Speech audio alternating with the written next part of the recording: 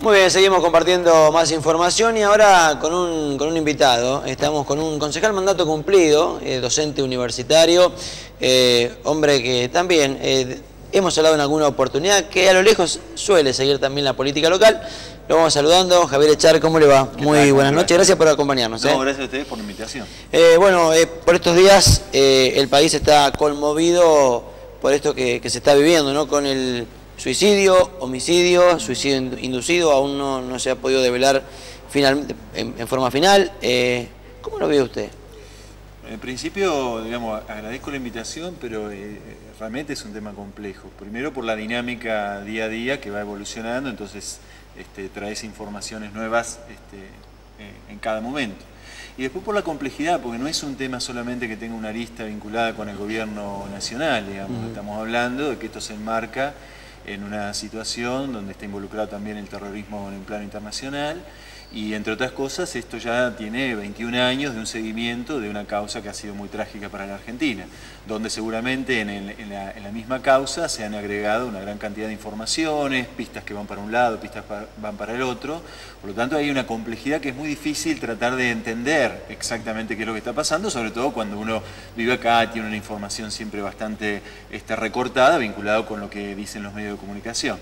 Ahora digo, más allá de la complejidad y las dificultades para decir algo, a mí me parece que hay un hecho que yo creo que es el que no hay que perder nunca de vista, que acá pasó algo inédito, no solo por la muerte, sino que lo inédito estuvo dado porque hubo un representante del Estado Nacional, que es un fiscal, designado oportunamente, al cual establece una denuncia contra nada más y nada menos que la Presidenta, el canciller y algunas personas que están cercanas al gobierno. Y que en el marco de esa situación donde él iba a exponer una denuncia, al menos ante los diputados iba a hacerlo, hay una muerte. Me parece que eso no hay que perderlo nunca de vista, porque creo que es un hecho dramático y terrible, y basta ver cualquier crónica de cualquier país del mundo para que nos demos cuenta de la gravedad que tiene. Lamentablemente a veces nos hemos acostumbrado que algunas cosas terminan de manera trágica, pero en este caso me parece que desde el advenimiento de la democracia a esta parte, no recuerdo otro hecho con este grado de dramaticidad, ni siquiera era el caso Cabezas, que rozaba también al poder, pero me parece que esto es mucho peor porque hay una acusación directamente sobre la Presidenta. Y me parece que acá hay algunas situaciones que es un poco la que yo pensaba, ¿no? En primer lugar, me parece que hay una confusión muy típica de esta región de América Latina y Argentina en particular, de la confusión entre el Estado y el gobierno, ¿no? Y a ver si puedo ser más claro. El fiscal Nisman fue designado oportunamente por el expresidente Kirchner, quien le dice que trabaje con una persona que estaba en la Secretaría de Inteligencia, que es un tal Estiuso, digamos, ¿no? Que también merecía cierta confianza del propio presidente. Entonces digo, ahí para conocer un hecho tan terrible como fue el de la AMIA, el Estado Nacional se pone, digamos, a la cabeza de esa investigación, y eso fue un hecho auspicioso en esa situación. Ahora, cuando el fiscal toma cierta autonomía o parece que va a decir cosas que pueden ir en contra de aquellos que lo han designado, empiezan a hacerle una situación bastante compleja. Entonces, ¿por qué sucede eso? Porque yo creo que el poder, por eso insisto, en esta parte del planeta, en América Latina hay mucha cantidad de gobiernos, que cuando hay una situación de control sobre los propios ejecutivos, esa situación empieza a ser bastante trágica y empieza a derivarse en hechos bastante terribles. Entonces, me parece esta confusión, yo creo que no hay que perderla nunca de vista, porque la Presidenta, me parece, o digamos el equipo gubernamental, ha entendido que acá venía algo en contra de ellos y han empezado a operar en contra del mismo fiscal. A lo largo de esta semana hemos tenido la palabra del intendente Selva, ayer de Lucas Fal, el hombre del radicalismo, también de Javier Casareto.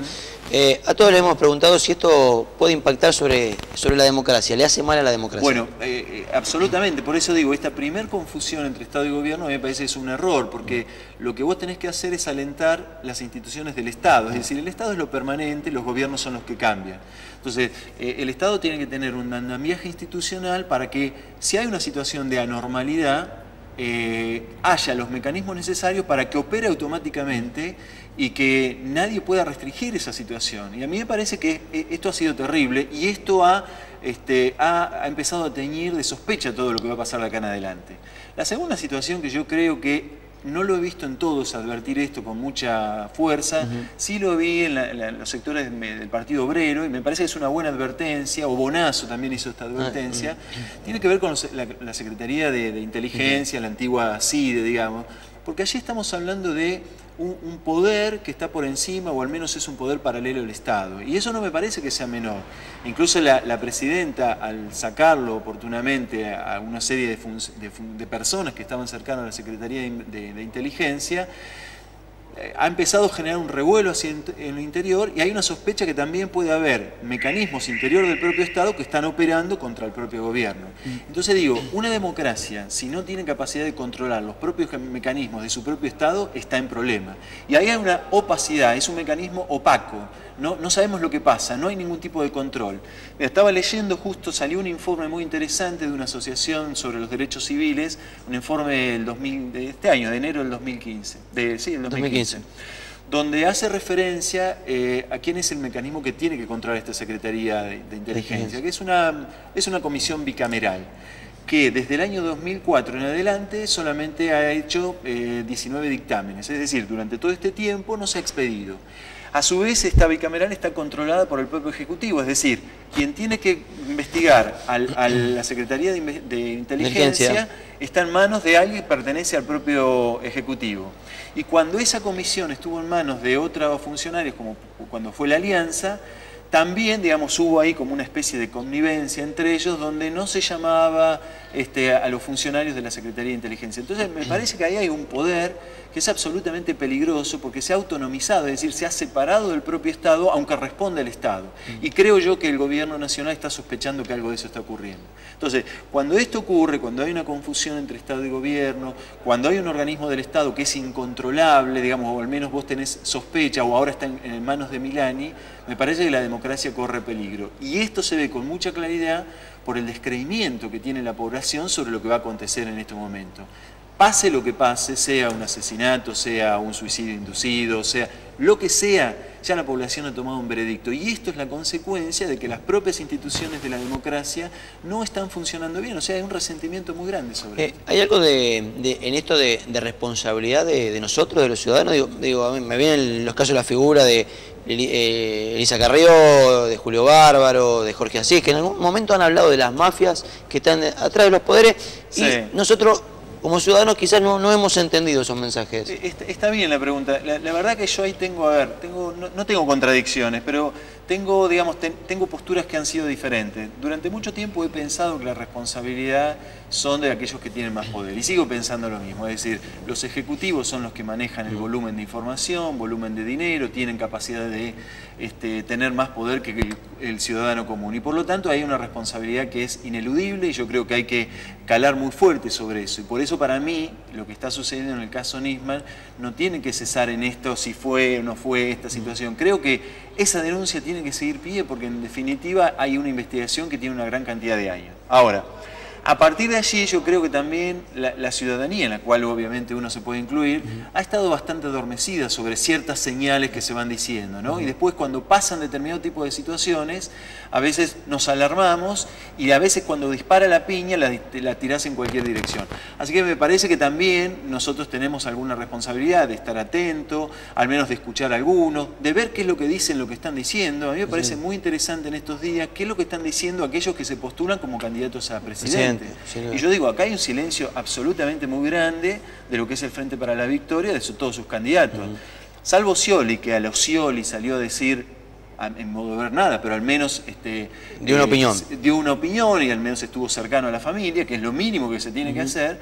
Después Uribarne yo no lo he escuchado, a Randazzo no lo he escuchado decir nada. Todos los que han estado cercanos o han descalificado al emisor de un mensaje sin saber lo que dice, o por el otro lado no han dicho nada. A mí me parece muy peligroso. Y también por parte de la oposición he escuchado cosas que son bastante insensatas, ¿no?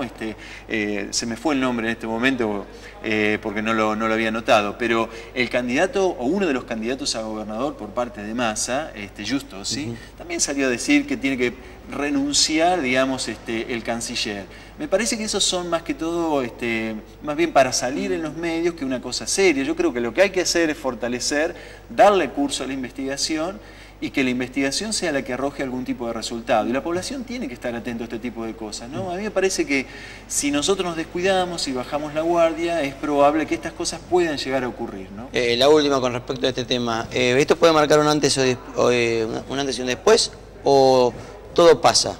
Como decía Julio Grondona en el fútbol. Sí, como decía en su anillo. Exactamente. Bueno, a ver, si vos te manejás por la propia historia nuestra, es probable que esto quede en la nada, porque estamos hablando de que esto tiene que ver con la AMIA, y la AMIA pasaron 21 años. Entonces, si vos te manejás por los antecedentes históricos, la sospecha iría en un sentido muy pesimista.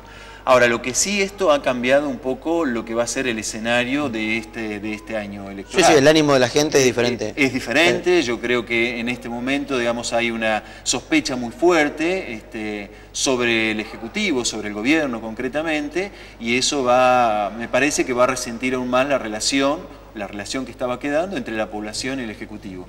Así que aspiremos, creo que hay que estar atento, creo que esto ha sido un golpe muy fuerte a la democracia, de estas cosas no es fácil recuperarse, pero de alguna manera me parece que tampoco hay que dejarlo pasar y cada tanto hay que volver sobre qué está pasando sobre esta causa, ¿no? Más allá, digo, de la persona de Nisman, hay ahí un expediente y hay un trabajo y hay voluminosa información que hay detrás de eso, hay una gran cantidad de escuchas y creo que hay dos planos. El plano judicial va a ir por un lado y el plano político va a ir por el otro. Creo que todas estas escuchas van a resentir muy fuertemente al Ejecutivo, eso está claro. Aún cuando lo que haya investigado Nisman pueda tener cierta endeblez, eso no lo sabemos todavía. Sí. Pero políticamente hay una gran cantidad de escuchas que lo tiñen al gobierno y que lo marcan al gobierno, ¿no? Lo aprovecho. El otro día cuando hablamos con Javier Casareto, estábamos ahí también con Pedro Caramelo, charlábamos fuera de la nota y le preguntábamos si tenía ganas de hacer política en el orden local y él me decía, o nos comentaba, a veces nos da gana, a veces no, veo que está todo muy confuso, me encanta la política, es linda la política porque se pueden hacer cosas. ¿Qué pasa con su persona? Usted ha sido concejal. Sí, hace tiempo que me he ido alejando justamente porque este tipo de cuestiones no las escucho referenciadas en determinados grupos políticos, ¿no? Lo último que escuché como que podía encaminarse para ese lado, también quedó medio difuso, se ha desdibujado, y por lo tanto a partir de allí, medio hasta que no encuentre algo que me parezca más o menos satisfactorio, prefiero tener una actitud crítica sobre estas situaciones a la espera que pueda surgir algo o que a alguno se le ocurra algo. Yo creo que de alguna forma algo puede aparecer, ¿no? Y los casos hay que verlo en función de lo que sucede en otras partes del mundo. En España, digamos que a lo lejos, nosotros podemos decir que es una democracia consolidada, aparece un grupo político muy interesante que se llama Podemos. Bueno, está vinculado con un cierto cansancio por parte de la población joven y un cierto hastío sobre ciertas prácticas que los partidos que han venido gobernando lo han hecho.